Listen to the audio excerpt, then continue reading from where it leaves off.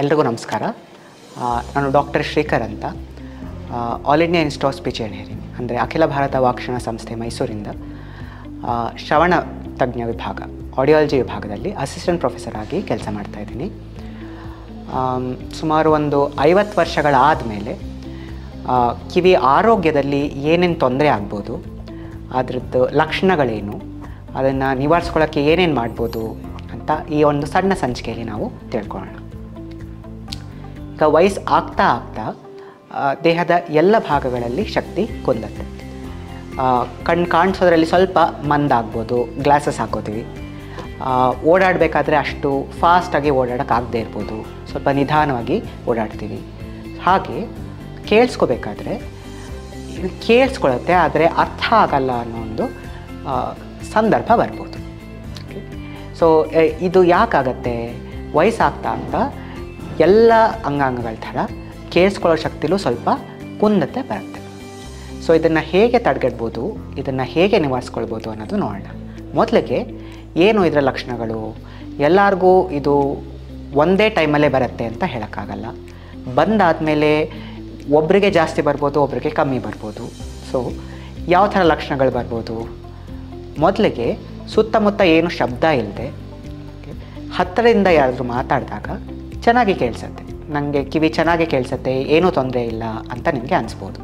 ಆದರೆ ಅದೇ ಸ್ವಲ್ಪ ದೂರದಿಂದ ಮಾತಾಡಿದ್ರೆ ಅಥವಾ ಸ್ವಲ್ಪ ಮೆತ್ತಗೆ ಮಾತಾಡಿದ್ರೆ ಅಥವಾ ಸ್ವಲ್ಪ ಜನಗಳಿದ್ದಾಗ ಮಾತಾಡಿದ್ರೆ, ಸುತ್ತಮುತ್ತ ಶಬ್ದ ಇರಬೇಕಾದ್ರೆ ಮಾತಾಡಿದ್ರೆ ಶಬ್ದ ಕೇಳುತ್ತೆ, ಆದರೆ ಸ್ಪಷ್ಟತೆ ಇರೋದಿಲ್ಲ. ಇವೆಲ್ಲ ಲಕ್ಷಣಗಳು. ಹಾಗೆಯೇ ಇವಾಗ ಟಿ ವಿ ನೋಡ್ತಾ ಇರಬೇಕಾದ್ರೆ ಬರೀ ಮ್ಯೂಸಿಕ್ಕೆ ಕೇಳುತ್ತೆ, ಮಾತಾಡೋದು ಅಷ್ಟು ಚೆನ್ನಾಗಿ ಅರ್ಥ ಆಗೋದಿಲ್ಲ. ಸೊ ವಾಲ್ಯೂಮ್ ಜಾಸ್ತಿ ಮಾಡೋಣ. ಫೋನಲ್ಲಿ ಮಾತಾಡ್ತಾ ಇರಬೇಕಾದ್ರೆ ರಿಸೆಪ್ಷನ್ ಪ್ರಾಬ್ಲಮ್ ಇದೆ ಅಂತ ಅನ್ಸುತ್ತೆ, ತಿರ್ಗಾ ಕೇಳೋ ಹಾಗಾಗತ್ತೆ, ಏನು ಅಂತ. ಓಕೆ, ಸೊ ಇವೆಲ್ಲದರಿಂದ ಏನಾಗುತ್ತೆ ಅಂತ ಹೇಳಿದ್ರೆ, ಇನ್ನೊಬ್ಬರು ಮಾತಾಡ್ತಾ ಇರಬೇಕಾದ್ರೆ ಕೇಳಿಸತ್ತೆ, ಸರಿಯಾಗಿ ಅರ್ಥ ಆಗೋದಿಲ್ಲ. ಓಕೆ, ಸೊ ಎಷ್ಟೊಂದು ಸಲ ನಿಮಗೆ ತೊಂದರೆ ಇರ್ಬೋದು, ಇಲ್ಲದೆ ಇರ್ಬೋದು ಅನ್ನೋದು ನಿಮ್ಗೆ ಗೊತ್ತಾಗದೇ ಇರ್ಬೋದು. ಆದರೆ ನಿಮ್ಮ ಫ್ಯಾಮಿಲಿ ಮೆಂಬರ್ಸ್ಗೆ, ಓಕೆ, ನಿಮ್ಮ ಜೊತೆ ಯಾರು ಜಾಸ್ತಿ ಮಾತಾಡ್ತಾರೋ ಅವ್ರಿಗೆ ಗೊತ್ತಾಗುತ್ತೆ ಕಿವಿ ತೊಂದರೆ ಇರ್ಬೋದಾ ನಿಮಗೆ ಅಂತ. ಓಕೆ, ಸೊ ಇವೆಲ್ಲ ಲಕ್ಷಣಗಳಿರಬೇಕಾದ್ರೆ ನೀವೇನು ಮಾಡ್ಬೋದು? ಓಕೆ, ಇದಕ್ಕೆ ಪರಿಹಾರ ಇದೆಯಾ? ಫಸ್ಟು ಪರಿಹಾರ ಇದ್ದರೆ ಅದನ್ನ ಕಂಡ್ಕೋಬೇಕಾ? ಅಕಸ್ಮಾತ್ ಈ ತೊಂದರೆಗಳಿಗೆ ನೀವು ಅಡ್ರೆಸ್ ಮಾಡಲಿಲ್ಲ ಅಂದರೆ ಏನಾಗುತ್ತೆ? ಇನ್ನೊಬ್ಬರು ಮಾತಾಡಿದ್ರು ನಿಮಗೆ ಕೇಳಿಸತ್ತೆ, ಅರ್ಥ ಆಗೋದಿಲ್ಲ. ಆವಾಗ ಏನು ಮಾಡ್ತೀರಾ? ನೀವು ಇನ್ನೊಬ್ಬರ ಜೊತೆ ಮಾತು ಕಮ್ಮಿ ಮಾಡ್ತೀರಾ. ಓಕೆ, ಸೋಷಲ್ ಸಿಚುಯೇಷನ್ಸ್ ಎಲ್ಲ ಒಟ್ಟಿಗೆ ಸೇರಿ ಮಾತಾಡ್ತಾ ಇರಬೇಕಾದ್ರೆ ಅದನ್ನು ಕೂಡ ಅವಾಯ್ಡ್ ಮಾಡ್ತೀರಾ. ಇದರಿಂದ ಖಂಡಿತ ನಿಮ್ಮ ಜೀವನದ ಮೇಲೆ ಸ್ವಲ್ಪ ನೆಗೆಟಿವ್ ಇಂಪ್ಯಾಕ್ಟ್ ಆಗೇ ಆಗುತ್ತೆ. ಓಕೆ, ಆದ್ದರಿಂದ ಇದನ್ನ ಆದಷ್ಟು ಬೇಗ ತಪಾಸಣೆ ಮಾಡಿಸ್ಕೋಬೇಕು. ಓಕೆ, ಸೊ ಏನು ಮಾಡ್ಬೋದು? ಔಷಧಿ ಕೊಡ್ಬೋದಾ? ಇದು ದೇಹದ ಎಲ್ಲ ಅಂಗಾಂಗಗಳ ಒಂದು ಪ್ರಾಬ್ಲಮ್. ಓಕೆ, ಸೊ ಇದು ಒಂದು ವಯೋಸಹಜವಾದ ಪ್ರಾಬ್ಲಮ್ ಆಗಿರೋದ್ರಿಂದ ಇದನ್ನು ಔಷಧಿಯಿಂದ ಸರಿ ಮಾಡೋಕ್ಕೆ ಆಗೋದಿಲ್ಲ. ಆದರೆ ಹಿಯರಿಂಗ್ ಏಡ್ಸ್ ಅಂದರೆ ಒಂದು ಶ್ರವಣ ಯಂತ್ರ ಕಿವಿ ಹಿಂದೆ ಕೂತ್ಕೊಳ್ಳುತ್ತೆ, ಚಿಕ್ಕದಾಗಿರುತ್ತೆ.